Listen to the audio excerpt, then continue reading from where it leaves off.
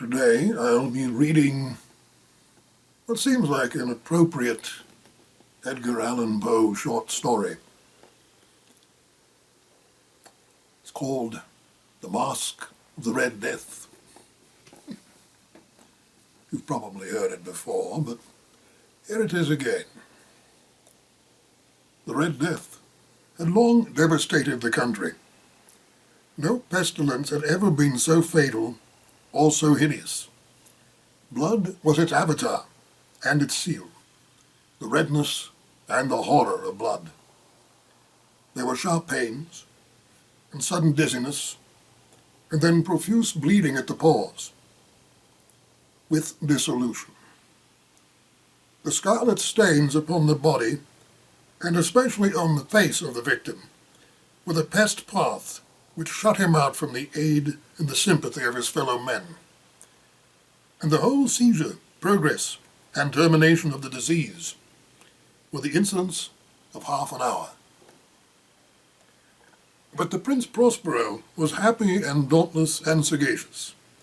When his dominions were half depopulated, he summoned to his presence 1,000 hale and light-hearted friends from among the knights and dames of his court, and with these retired to the deep seclusion of one of his castellated abbeys.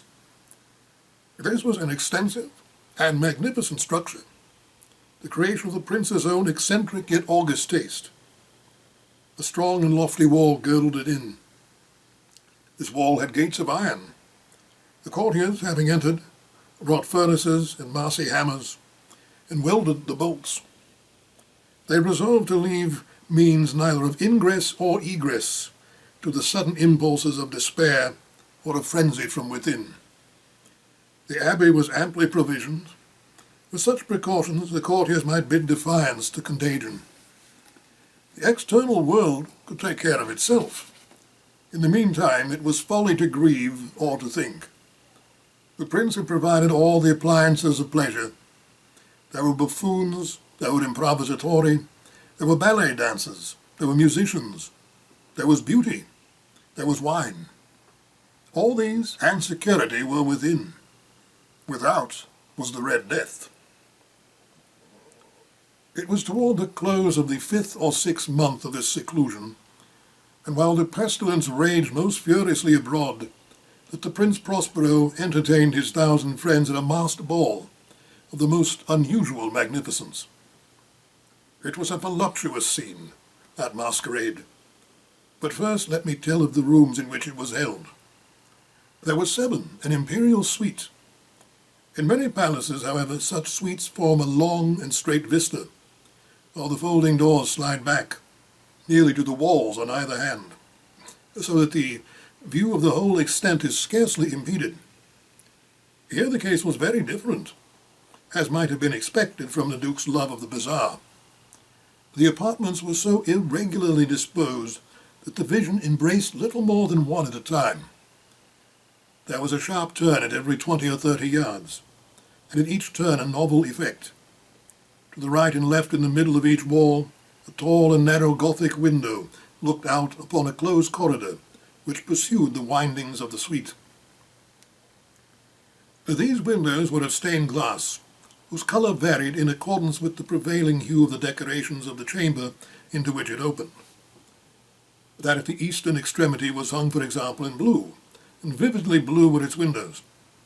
The second chamber was purple in its ornaments and tapestries, and here the panes were purple. The third was green throughout, and so were the casements. The fourth was furnished and lighted with orange, the fifth with white, the sixth with violet. The 7th apartment was closely shrouded in black velvet tapestries that hung all over the ceiling and down the walls, falling in heavy folds upon a carpet of the same material and hue. But in its chamber only, the colour of the windows failed to correspond with the decorations. The panes here were scarlet, the deep blood colour. Now, in no one of the 7 apartments was there any lamp or candelabrum, amid the profusion of golden ornaments that lay scattered to and fro, or depended from the roof. There was no light of any kind emanating from the lamp or candle within the suite of chambers. But in the corridors that followed the suite, There stood opposite to each window a heavy tripod bearing a brazier of fire that projected its rays through the tinted glass and so glaringly illumined the room. And thus were produced a multitude of gaudy and fantastic appearances. But in the western or black chamber the effect of the firelight that streamed upon the dark hangings through the blood-tinted panes was ghastly in the extreme, and produced so wild a look upon the countenances of those who entered, that there were few of the company bold enough to set foot within its precincts at all. It was in this apartment also that there stood against the western wall a gigantic clock of ebony. Its pendulum swung to and fro with a dull, heavy, monotonous clang, and when the minute hand made the circuit of the face, and the hour was to be stricken, there came from the brazen lungs of the clock a sound which was clear and loud and deep and exceedingly musical, but of so peculiar a note and emphasis that at each lapse of an hour the musicians of the orchestra were constrained to pause momentarily in their performance to hearken to the sound. And thus the waltzers perforce ceased their evolutions, and there was a brief disconcert of the whole gay company. And while the chimes of the clock yet rang, it was observed that the giddiest grew pale, and the more aged and sedate passed their hands over their brows, as if in confused reverie or meditation. But when the echoes had fully ceased, a light laughter at once pervaded the assembly. The musicians looked at each other, and smiled as if at their own nervousness and folly, and made whispering vows each to the other, that the next chiming of the clock should produce in them no similar emotion. And then, after the lapse of 60 minutes, which embrace 3,600 seconds of the time that flies, there came yet another chiming of the clock, and then with the same disconcert and tremulousness and meditations as before. But in spite of these things, it was a gay and magnificent revel. The taste of the Duke were peculiar, had a fine eye for colours and effects. He disregarded the decor of mere fashion. His plans were bold and fiery, and his conceptions glowed with barbaric lustre. And there are some who would have thought him mad. His followers felt that he was not. It was necessary to hear and see and touch him to be sure that he was not. He had directed in great part the movable embellishments of the 7 chambers, upon occasion of this great fete, and it was his own guiding taste which had given character to the masqueraders. To be sure they were grotesque. There were much glare and glitter and piquancy, and phantom, and much of what has since been seen in Hernani. There were arabesque figures, with unsuited limbs and appointments. There were delirious fancies, such as the madman fashions. There were much of the beautiful, much of the wanton, much of the bizarre, something of the terrible, and not a little of that which might have excited disgust. To and fro in the 7 chambers there stalked, in fact, a multitude of dreams. And these, the dreams, writhed in and about, taking hue from the rooms, and causing the wild music of the orchestra to seem as the echo of their steps. And anon there strikes the ebony clock, which stands in the hall of the velvet, and then for a moment all is still, and all is silent, save the voice of the clock. The dreams are stiff frozen as they stand. The echoes of the chime die away, have endured but an instant, and a light, half-subdued laughter floats after them as they depart. And now again the music swells, taking hue from the many tinted windows through which stream the rays of the tripods. But to the chamber which lies most westwardly of the 7, there are now none of the maskers who venture, for the night is waning away, and there flows a ruddier light through the blood-coloured panes. The blackness of the sable drapery appalls, and to him whose foot falls upon the sable carpet, there comes from the near clock of ebony a muted peal, more solemnly emphatic than any which reaches their ears who indulge in the more remote gaieties of the other apartments. But these other apartments were densely crowded, and in them beat feverishly the heart of life, and the revel went whirlingly on, until at length there commenced the sounding of midnight upon the clock. And then the music ceased, as I have told, and the evolutions of the waltzers were quiet, and there was an uneasy cessation of all things as before. But now there were 12 strokes to be sounded by the bell of the clock, and thus it happened, perhaps that more of thought crept with more of time into the meditations of the thoughtful among those who revelled. And thus too it happened, perhaps, that before the last echoes of the last chime had utterly sunk into silence, there were many individuals of the crowd who had found leisure to become aware of the presence of a masked figure which had arrested the attention of no single individual before. And the rumour of this new presence having spread itself whisperingly around, there arose at length from the whole company a buzz or murmur, expressive of disapprobation and surprise, then finally of terror, of horror and disgust. In an assembly of phantoms such as I have painted, it may well be supposed that no ordinary appearance could have excited such sensation. In truth, the masquerade license of the night was nearly unlimited, but the figure in question had out-Heroded Herod, and gone beyond the bounds of even the prince's indefinite decorum. There are chords in the heart of the most reckless which cannot be touched without emotion. Even with the utterly lost, to whom life and death are equally jests, there are matters of which no jest can be made.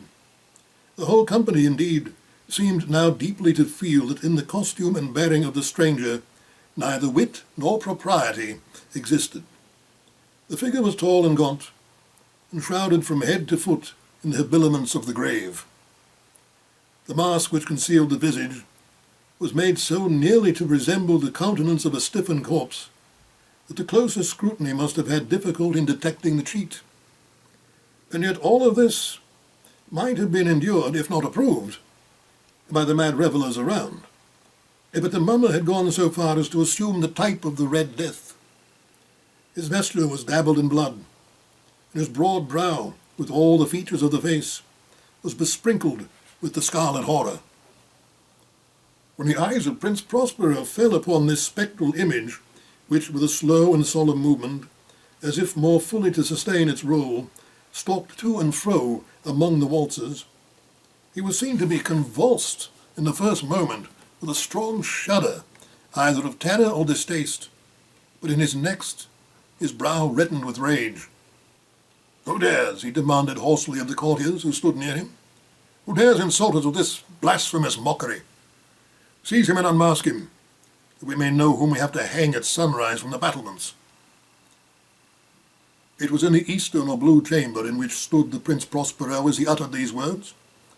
They rang throughout the 7 rooms loudly and clearly, for the prince was a bold and robust man, and the music had become hushed at the waving of his hand. It was in the blue room where stood the prince, with a group of pale courtiers by his side. At first, as he spoke, there was a slight rushing movement of this group in the direction of the intruder, who at the moment was also near at hand, and now with deliberate and stately step made closer approach to the speaker. But from a certain nameless awe with which the mad assumption of the mummer had inspired the whole party, there were found none who put forth hand to seize him, so that unimpeded he passed within a yard of the prince's person. And while the vast assembly, as if with one impulse, shrank from the centres of the rooms to the walls, he made his way uninterruptedly, but with the same solemn and measured step which had distinguished him from the first, through the blue chamber to the purple, through the purple to the green to the orange, through this again to the white, and even thence to the violet, ere a decided movement had been made to arrest him. It was then, however, that the Prince Prospero, maddening with rage and the shame of his own momentary cowardice, rushed hurriedly through the 6 chambers, while none followed him on account of the deadly terror that had seized upon them. He bore aloft a drawn dagger, and had approached in rapid impetuosity to within 3 or 4 feet of the retreating figure, when the latter, having attained the extremity of the velvet apartment, turned suddenly and confronted his pursuer. There was a sharp cry, and the dagger dropped, gleaming upon the sable carpet, upon which instantly afterward fell prostrate in death the Prince Prospero. Then, summoning the wild courage of despair, a throng of the revellers at once threw themselves into the black apartment, and seizing the mummer, whose tall figure stood erect and motionless within the shadow of the ebony clock, gasped in unutterable horror at finding the grave cerements and corpse-like mask, which they handled with so violent a rudeness, untenanted by any tangible form. And now was acknowledged the presence of the Red Death. He had come like a thief in the night, and one by one dropped the revellers in the blood-bedewed halls of their revel, and each died in the despairing posture of his fall. And the life of the ebony clock went out with the last of the gay, and the flames of the tripods expired, and darkness and decay and the Red Death held illimitable dominion over all.